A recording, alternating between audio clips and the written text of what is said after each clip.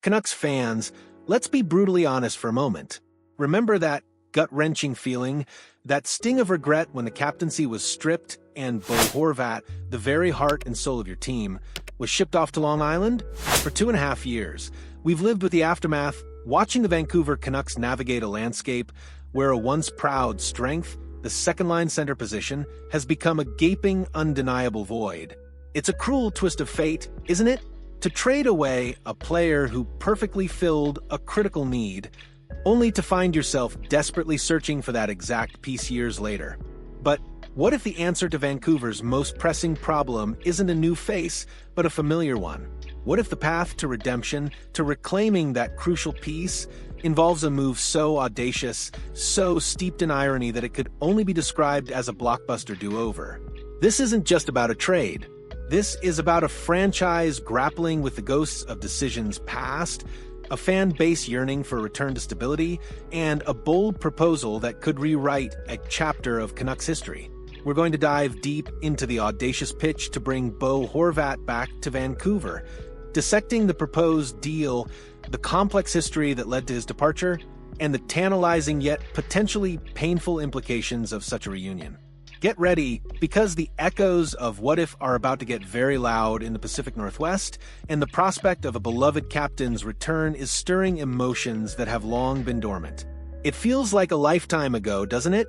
That fateful period 2.5 years back, when the Vancouver Canucks, in a move that sent shockwaves through the hockey world, traded away their then-captain, Bo Horvat, to the New York Islanders. It was a blockbuster ahead of the trade deadline, a decision born from a confluence of contract negotiations, roster retooling, and a perceived need to shake up the team's core. At the time, the move was framed as a necessary evil, a painful but ultimately strategic pivot for a franchise looking to redefine its future.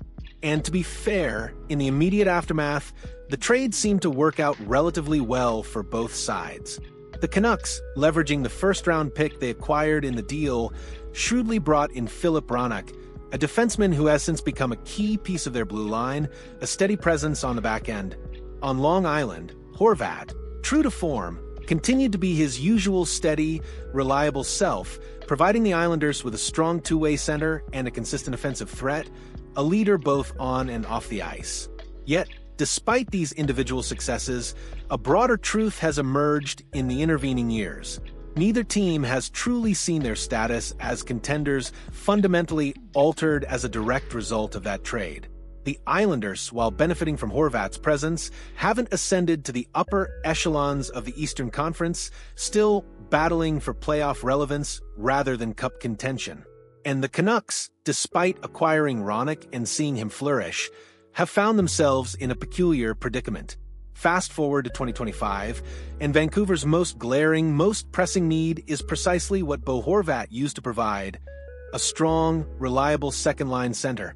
It's a cruel twist of fate, a stark reminder of how quickly a team's strengths can erode and how past decisions can echo loudly in the present. The very position that was once a cornerstone of their lineup has become their Achilles heel, leaving fans and analysts alike wondering if a different path could have been taken, if the future could have been shaped differently.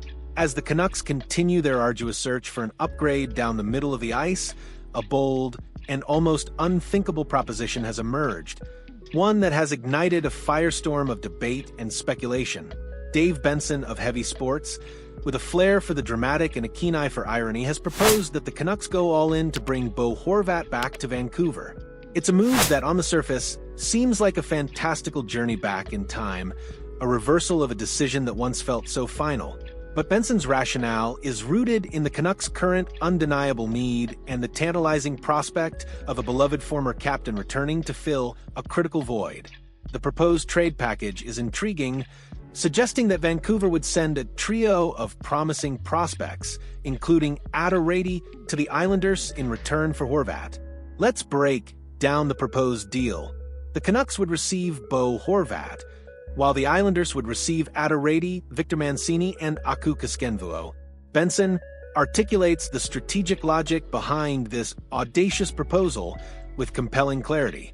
In this revised landscape, he explains, Horvat is less of a burden and more of a strategic buyback for Vancouver. Acquiring a strong second-line center aligns perfectly with their current needs, a missing piece that could elevate their entire offensive structure. For New York, getting depth, youth, and flexibility might outweigh holding on to an aging contract, especially if they're looking to retool. This isn't just about sentimentality. It's about addressing a fundamental roster imbalance for the Canucks. Horvat, a proven leader and a consistent 20 to 25 goal scorer, would immediately slot into that second-line center role, providing stability, two-way play, and a much-needed offensive spark. His presence would allow other players to settle into more natural roles, creating a more balanced and formidable lineup, a ripple effect that could benefit the entire roster. But perhaps the most fascinating and indeed ironic wrinkle in Benson's proposal is the inclusion of Aatu Räty. As Benson points out, one interesting wrinkle, the trade package going back to the Islanders could include Aatu Räty, who was part of Vancouver's return in the first Horvat trade. Räty, currently a center/forward in the Canucks system, has shown development and upside. Including him in the deal would add a homecoming reversal flavor, with the Islanders regaining a player they once gave up, now potentially further along in his development. Imagine the narrative. A player acquired in the original Horvat trade, now being used as a key piece to bring Horvat back. It's a full-circle moment, a testament to the unpredictable nature of professional sports, and a narrative thread that would undoubtedly captivate fans and media alike. Räty, a young center/forward with developing upside, would offer the Islanders a chance to reclaim a promising asset. Alongside Victor Mancini, a defenseman prospect, and Aku Kaskenvuo, a goaltending prospect, the Islanders would receive a package of youth depth and future flexibility, assets that could be invaluable for a team looking to retool its roster and build for the long term. However, the path to this homecoming reversal is fraught with significant obstacles, primarily centered around Horvat's current contract. The 30-year-old center has 6 years remaining on the 8-year, $68 million deal he signed upon being dealt to New York. That's a substantial commitment both in term and cap hit, and it significantly impacts the Islanders' incentive to move him. With so much term left on his deal, the Islanders have absolutely no reason to rush into trading Horvat unless someone comes to the table with an offer they truly can't refuse, an overwhelming package that would be impossible to ignore. They are not under pressure to shed his salary, nor are they desperate to move on from a player who continues to be a productive member of their roster, a leader in their locker room. For the Canucks to pry Horvat away, they would likely need to sweeten the pot considerably, perhaps beyond the proposed prospect package, or find a way to make the salary cap implications more palatable for both sides, potentially involving a third team or retained salary. This isn't a simple transaction. It's a complex negotiation that would require significant maneuvering and a willingness to pay a premium, a true testament to how much they value rectifying a past decision. To truly understand the emotional weight and the layers of irony embedded in this proposed trade, we must flash back to the 2021-22 season and the tumultuous summer that followed. It was a period of intense speculation and difficult choices for the Canucks. JT Miller, a dynamic forward, found himself at the center of a whirlwind of trade rumors, with teams like the Pittsburgh Penguins reportedly circling. Both Miller and Horvat were heading into the final year of their contracts, set to expire after the 2022-23 season. The writing was on the wall. The Canucks, facing salary cap constraints and a need to commit long-term to one of their star centers, had to make a choice. It felt as if the franchise had made up its mind on which star center to keep, and all signs pointed to Miller. However, a Miller trade never materialized. Instead, in a stunning turn of events, the entire situation flipped when Miller re-signed on a massive 7-year deal to stay in Vancouver in early September. This monumental contract, a clear commitment to Miller as a cornerstone of the franchise, effectively put the writing on the wall for Horvat's future as a Canuck. With Miller locked in and the team's financial resources allocated, there simply wasn't room for Horvat. We all know how that ultimately ended a few months later. Horvat, the captain, was traded. Initially, the decision to choose Miller over Horvat seemed to be the right one. Miller took control as a vocal leader, a heart and soul player in Vancouver, and was producing at the best rate of his career. He was delivering on the massive contract, seemingly justifying the franchise's faith in him. But here's where the narrative takes another bitter, ironic turn. The very player they chose over Horvat, JT Miller, whose massive contract was supposed to solidify their future, has also ironically departed amidst locker room turmoil that reached a boiling point in the 2024-25 season. The specifics of Miller's departure are still shrouded in some mystery, but the outcome is painfully clear. Now, neither Miller nor Horvat is around, much to the chagrin of Canucks fans. The decision that was supposed to secure their future down the middle ultimately led to a complete void, leaving a gaping hole where a strength once stood. This entire saga, from the initial trade of Horvat to the subsequent departure of Miller, leaves you wondering how differently it all would have played out if Jim Rutherford, the Canucks president of hockey operations, had a do-over. The proposed trade for Horvat isn't just a transaction.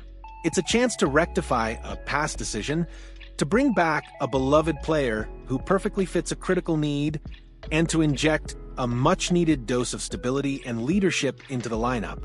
It's a high-stakes gamble, certainly, given Horvat's contract and the assets that would need to be surrendered. But for a team desperately searching for answers, for a fan base longing for a return to past glories, the prospect of Bo Horvat donning the Canucks jersey once more, even if it's a homecoming reversal facilitated by a player acquired in his original trade, is a narrative too compelling to ignore. It's a chance to write a new chapter, one that might finally bring a sense of closure and perhaps a renewed hope for contention, a genuine shot at building a championship-caliber team. So, what's your gut feeling about this audacious proposal? Does the idea of Bo Horvat returning to Vancouver fill you with excitement, a sense of poetic justice? Or does the complex history and his hefty contract make you wary, perhaps even a little cynical about the feasibility? And how much do you think the Canucks' past decisions regarding Miller and Horvat play into their current predicament? Share your thoughts and predictions in the comments below. We want to hear what you think about this potential do-over for the Canucks. And if you're captivated by the drama and irony of the story, make sure to hit that like button and subscribe to the channel for more exclusive, in-depth reports on the most intriguing stories in sports.